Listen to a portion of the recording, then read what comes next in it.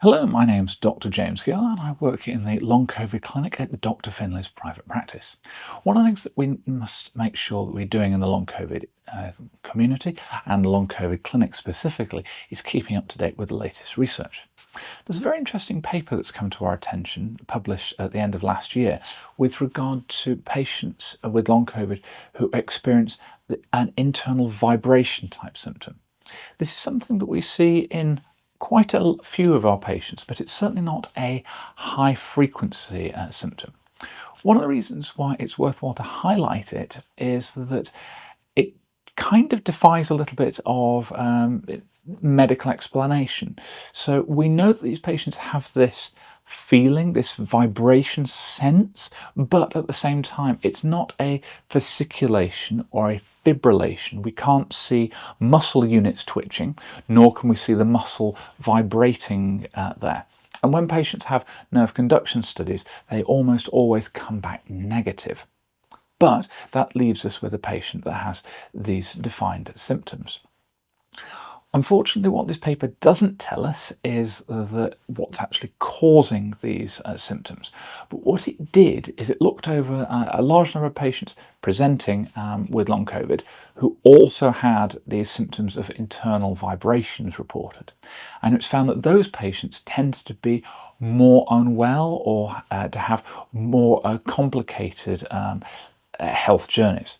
So if nothing else, we're using this symptom, particularly because there is no objective test that we can trace down for it. We're using this sort of as a marker of severity.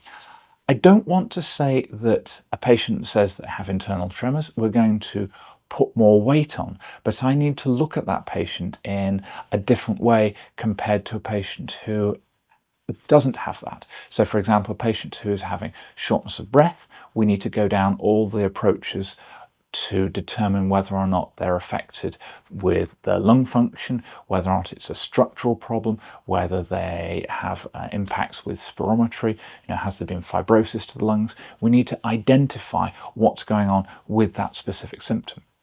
We appreciate that when it comes to this internal vibration, so far we don't have a test that sheds any light on what's behind it or what's causing these changes in this vibration symptom.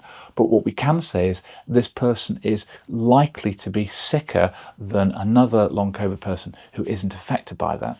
Ergo, we need to make sure that we're looking under all the stones, as it were, to try and find what potential areas of deterioration that patient could experience, and try to find ways to potentially mitigate that if possible. And I think really this is highlighting the nature of long COVID clinics.